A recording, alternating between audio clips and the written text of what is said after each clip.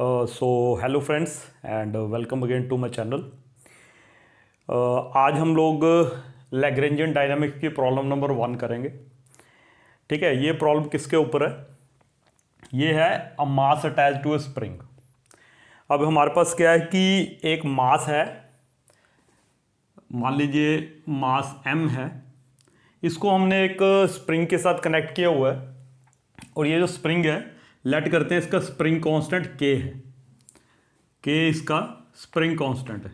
आपको पता है हर एक स्प्रिंग का एक स्प्रिंग कांस्टेंट होता है, जिससे हमें ये पता चलता है कि स्प्रिंग कितना स्टिफ है। अगर कोई ढीला स्प्रिंग होगा तो ढीले स्प्रिंग का स्प्रिंग कांस्टेंट जो है वो कम होगा, अगर टाइट स्प्रिंग है तो उसका स्प्रिंग कांस्टेंट ज़्यादा होगा कंपैरेटिवली अगर हम देखें।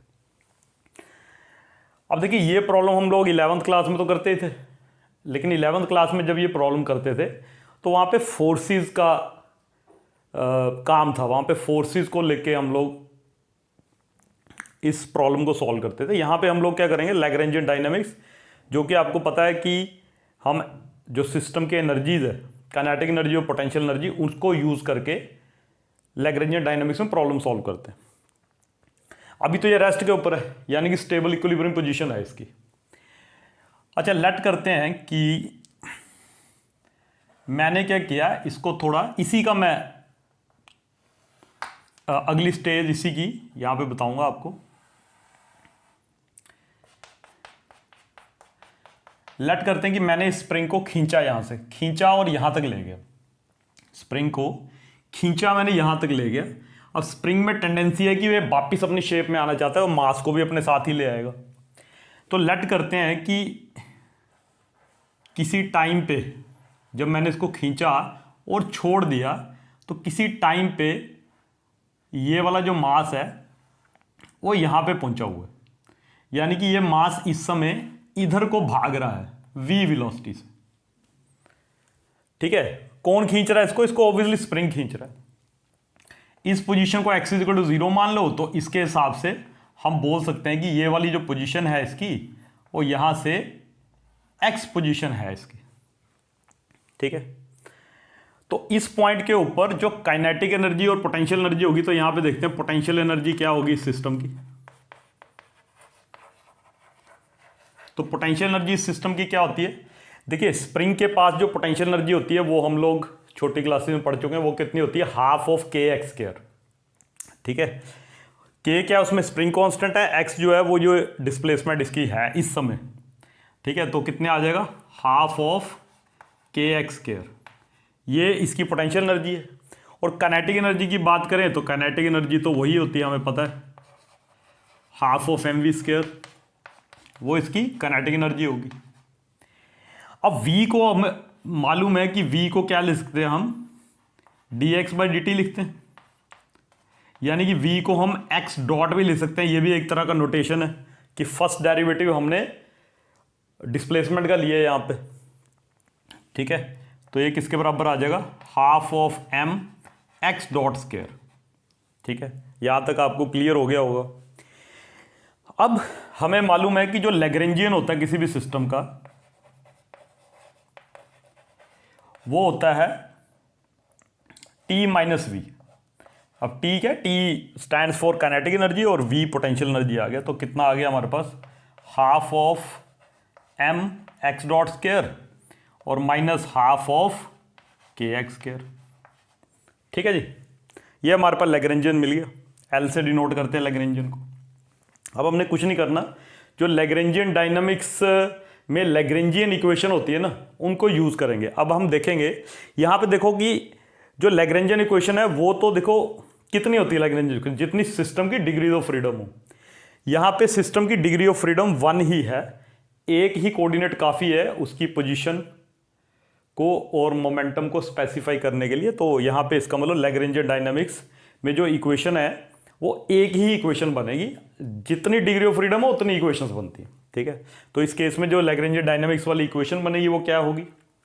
देखिए, वो होगी d/dt of del L upon del X dot minus del L upon del X is equal to 0। अब हम कुछ नहीं करेंगे, ये जो वैल्यू है एल की उसको यहां पे पुट कर देंगे। और फिर देखते हैं आगे क्या आता है। तो अगर हम del upon del X dot करेंगे, यहाँ पे अगर हम डेरिवेटिव लेंगे तो आप देखो इस टर्म में तो एक्स डॉट है ही नहीं, इस टर्म में एक्स डॉट है, इसके डेरिवेटिव तो जीरो हो जाएगा with respect to X dot, और इसका डेरिवेटिव क्या बनेगा, ये m है तो ये बन जाएगा हमारे पास, इसको नाम दे दो, इसको इक्वेशन नंबर 1 बोल देते हैं, इसको इक्वेशन नंबर 2 बोल देते हैं, इसको इक्वेशन नंबर 3 बोल देते हैं, और इसको बोल देते हैं इक्वेशन नंबर 4 जो लैग्रेंजियन इक्वेशन है हमारे पास, एक ही है इस केस में। तो del L upon del X dot is equal to किसके बराबर आएगा, इसका डेरिवेटिव करेंगे तो हाफ ऑफ m,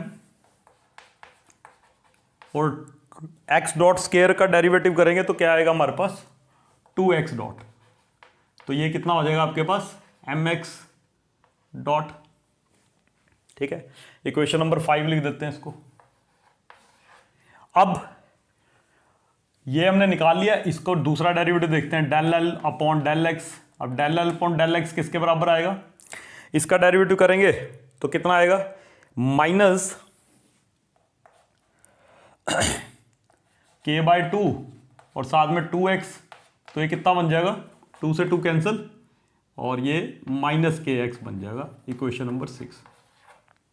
ठीक है जी, ये दोनों हम 5 और 6 को पुट करेंगे 4 में, तो यहां पे लिखेंगे पुटिंग 5 and 6 इन 4। इक्वेशन 5 और 6 को अगर हम इक्वेशन नंबर 4 में पुट करें तो क्या आएगा हमारे पास, यहां पुट करते हैं तो क्या आएगा, फर्स्ट डेरिवेटिव है ये टाइम के विद रिस्पेक्ट टू, और del L upon del X dot किसके बराबर आ जाएगा mx डॉट, और minus of this minus kx is equal to 0। ठीक है जी, ये आ गया, ये माइनस में प्लस हो जाएगा, m मास कांस्टेंट है, इसका मास को बाहर ले लेते हैं। अब एक डेरिवेटिव टाइम के साथ है तो ये दूसरा डेरिवेटिव बन जाएगा सेकंड डेरिवेटिव, और ये बन जाएगा plus kx is equal to 0। अगर आप ध्यान से देखो, अगर मैं पूरी इक्वेशन को m से डिवाइड कर दूं तो क्या बनेगा d square x by D T square plus k by m into x is equal to 0। यही वो डिफरेंशियल इक्वेशन है सिंपल हार्मोनिक मोशन की, जब एक मास को हमने स्प्रिंग के साथ अटैच किया होता है, और हाँ मैं पहले बताना भूल गया, ये यहाँ पे स्मूथ है बिल्कुल, ठीक है, नो फ्रिक्शन नहीं है यहाँ पे। ठीक है, तो बिना फ्रिक्शन के, इसका मतलब ये नेचुरल ऑसिलेशन जो होंगी सिस्टम की, वो उसकी डिफरेंशियल इक्वेशन है ये। हाँ, एक और चीज, अगर यहां पे आप देखोगे D square x by D T square होता क्या है, एक्सेलेरेशन होती है। ठीक है, तो या फिर मैं यहां पे इसी को लिख देता हूं, तो ये आएगा आपके पास मास और D square x by D T square into acceleration is equal to minus K X, और F is equal to minus K X. तो आपको पता है जो स्प्रिंग फोर्स होती है वो जब हम 11th क्लास में पढ़ते थे तो वो यही आती थी। तो यहां पे देखो हमने क्या किया, वही प्रॉब्लम है जो 11th में करते थे, लेकिन इसको हमने कौन सी अप्रोच नहीं ली, किससे की, लैग्रेंजियन डायनामिक्स से की, और हमारे पास वही इक्वेशन आई जो 11th क्लास में सिंपल हार्मोनिक मोशन ऑसिलेशन वाले चैप्टर में आती थी। ठीक है, तो आज के लेक्चर में हमने क्या देखा, आज की प्रॉब्लम में हमने बड़ी सिंपल प्रॉब्लम है। ठीक है, लेकिन देखिए लैग्रेंजियन डायनामिक्स में जो प्रॉब्लम्स है ना, उनको देखो पहले सबसे सिंपल प्रॉब्लम करते हैं, फिर उसके बाद हम आहिस्ता आहिस्ता थोड़ी सी और टफ प्रॉब्लम्स भी करेंगे इसमें। तो आज के लिए थैंक यू, फिर नई प्रॉब्लम मिलेंगे आपके साथ। Okay bye.